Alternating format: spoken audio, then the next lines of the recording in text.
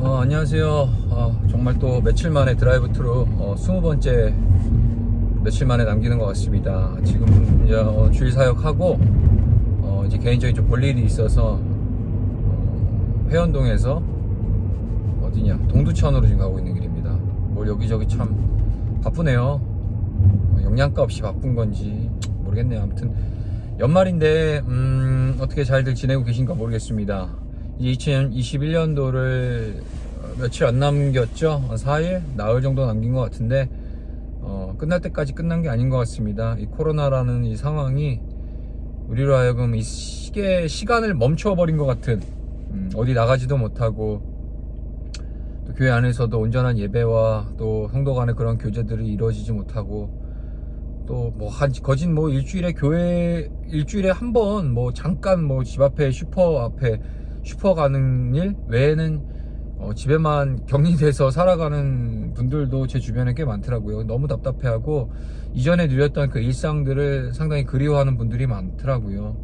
저 또한 마찬가지고요. 저야 뭐 사역자로서 어쩔 수 없이 그 정해진 그 숫자 안에서 그 예배 인도 준비를 해야 되고 예배를 이제 준비해야 되는 사역자다 보니까 이제 교회를 좀 나오고 있지만 일반 평신도들 입장에서 참 너무 답답하고 좀 영적으로도 많이 갈급함 가운데 있지 않을까라는 생각이 듭니다. 오늘 뭐 3단계로 플러스 알파로 뭐 다시 발령을 뭐 이렇게 하냐 마냐 했는데 다행히 2.5단계 유지되는 것 같고, 예, 불행 중 다행인 것 같습니다. 여튼 오늘 주일 말씀 속에서 창세기 12장 아브라함에 대해서 잠깐 제가 나눴어요, 학생들과. 아브라함이 이제 하란이라는 땅에서 살았고 그 하란 지역 자체가 온갖 우상들을 만들고 우상에 관련된 그 직업군을 가진 사람들이 밀집해서 뭐 마치 우리 신림동 가면 순대타운 모여있는 것처럼 순대밥 파는 집 모여있는 것처럼 그런 지역이었다라고 고대근동 어떤 문화 역사 속에서 그렇게 얘기를 하고 있어요. 당연히 뭐 아브라함도 그 아버지 데라도 그렇고 아브라함 집안 자체도 우상과 상당히 밀접한 그 관련이 있는 집안이었죠. 그러던 어느 날 아브라함에게 하나님이 찾아오셨고 너는 본토 친척 아비집을 떠나 내가 내게 지시할 땅으로 가라라고 말씀하시죠. 아브라함에게 있어서 그때 나이가 하나님이 찾아주셨던 나이가 75살, 상당한 노년의 나이였죠. 뭐 자녀가 없고 뭐 이런 부분들에 대해서는 너무 잘 아는 얘기니까 뭐 이삭을 주셨고 약속의 아들 뭐 이삭을 주셨고 이런 얘기는 뭐 따로 안 하고요.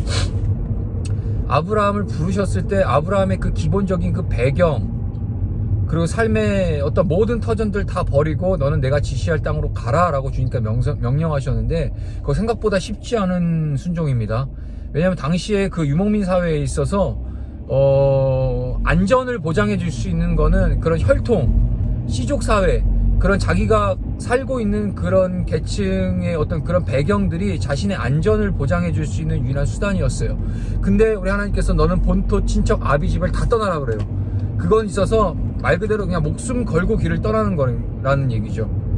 뭐 징기스칸도 마찬가지잖아요. 그때도 보면은 유목민 사회에서는 힘센 자가 모든 걸 쟁취하게 돼 있어요.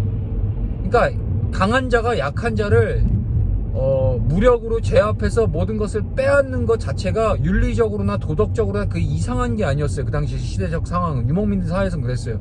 아브라함 마찬가지였죠.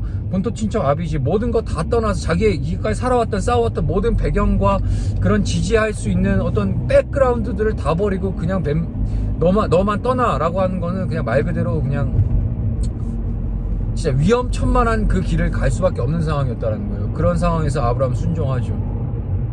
근데 또 재밌는 상황이 있어요. 아브라함에게 하나님께서는 정확하게 명시된 넌 여기 가 라고 얘기 안 하셨어요. 보면은 내가 내게 지시할 땅으로 가라는데 그 지시할 땅이 어딘지 명확하게 얘기 안 해줄 수 있어요. 저희야 뭐 성경을 다 이미 알고 있기 때문에 아브라함의 그 믿음의 그 여정의 종착지가 어디고 그가 갔던 모든 곳이 어딘지 저희는 알고 있어요. 하지만 아브라함은 알지 못했어요. 그저 하나님이 너는 다 두고 가라 라고 하는 그 말씀에 순종했다라는 거죠. 그리고 그 순종함 가운데 나아갔을 때 아브라함이 가장 먼저 한 게 있었어요.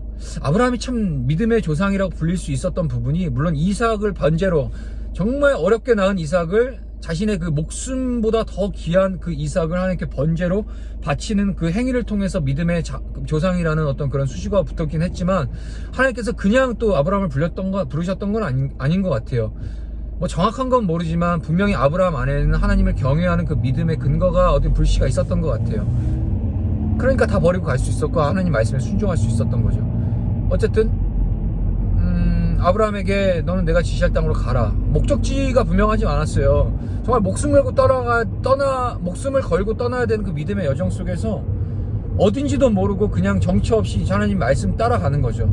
근데 아브라함의 믿음 참 보면은 참 대단한 믿음이었다는 게, 가는 곳곳마다 아브라함이 가장 먼저 한 것은 그곳에 장막을 치고 바로 먼저 한 것은 자기 먹고 살 어떤 터전과 이런 세팅을 한 것이 아니라 제단을 쌓았다고 기록되고 있거든요. 창세기 12장 보면은 7절 8절 보면은 아이에서 그리고 베델 가는 곳마다 아브라함은 제단을 쌓았어요. 거기서 예배를 드렸다는 얘기예요. 앞날이 깜깜하고 어디를 갈지 어떻게 갈지 누구랑 가고 또 무엇을 준비해야 될고 아무것도 모르는 그냥 멘붕 상태에서 하나님 말씀 따라 순종하고 갔는데, 가는 곳곳마다 발길이 닿는 곳곳마다 아브라함 하나님 앞에 제사 곧 예배를 드렸다는 얘기예요. 이렇게 보면 오늘날 우리 지금 이 상황과 좀 비슷한 부분이 있는 것 같아요. 코로나19로 우리의 삶이 완전히 뒤바뀌었어요. 삶의 모든 라이프가 바뀌었고요. 뉴 모던이라 그랬고, 아무리 코로나 백신이 나오고 코로나가 사라져도 이전의 삶으로는 다시 똑같은 삶으로 돌아갈 수 없다라고 다들 학자들이 얘기하고 있어요. 마찬가지로 아브라함을 찾아와서 너는 이전 것을 모든 걸 다 버리고 떠나라고 했을 때, 어쩌면 오늘 우리들에게 요구하시는 하나님 신앙인 것 같아요. 이전까지는 우리가 그냥 추상적이고 관념적이고 그런 어떤 지식적인 개념 가지고 신앙생활을 했다면, 이제는 좀 더 구체적이고 실천하고 다 버리고 떠나야 되는 어떤 그런 신앙과 실천을 요구하신다는 때를 살고 있다는 거예요. 이 마지막 때를 살고 있잖아요. 결국 드러나는 믿음, 실천되는 믿음, 살아내는 믿음, 증명되는 믿음이 이 시대 가운데 필요해요. 무엇으로 필요하냐? 그 근거가 바로 예배를 통해서. 앞길이 분명하지 못하고 갈 길도 알지 못하지만 어쨌든 우리 안에서 이 예배가 소멸되면 안 돼요. 예배를 사모하는 그 마음이 사라지면 안 되고요. 우리 삶의 예배, 나아가 이 주님 안에 주일 내려진 예배, 그리고 3일 예배, 그리고 개인적인 모든 경건의 훈련을 통해서 드려진 예배가, 이것이 결국 승부를 낸다는 얘기입니다. 이런저런 얘기를 드렸지만 결국에 오늘 드리고 싶은 말씀은, 여러분들 갈 길을 우리가 알지 못합니다. 앞날을 어느 누구도 확언하고 장담할 수 없는, 정말 당장 내일 어떻게 될지 모르는, 정말 이 벼랑 끝에 서 있는 우리 이 시대지만, 예배 놓치면 안 됩니다. 하나님을 경외하는 마음으로 예배 제단을 쌓고 하나님께 경배하고 그 은혜를 하나님께 공급받을 때 하나님께서 그때 임하세요. 아브라함에게도 결국 예배 제단 건데 하나님이 다시 그에게 임하사 약속을 다시 한번 갱신하셨고, 하나님을 향한 소망이 아브라함에게 생겼고, 아브라함이 갈 길을 알게 됐다라는 거예요. 결국 키는 예배입니다. 예배 안에서 승부 내셔야 됩니다. 절대 온라인으로 드리신다고 여러분들 예배 소홀히 여기지 마세요. 예배의 승리해야 여러분들 삶이 승리가 되는 거고요. 여러분들 삶의 승리를 통하여서 하나님의 나라가 확장된다는 걸 꼭 기억하셨으면 좋겠습니다. 자, 좋은 밤 되시고 이제 돌아온 한 주, 그리고 연말 마지막 요 며칠 남지 않은 2020년도 마무리 잘 하시길 소망하고 기도하겠습니다. 안녕.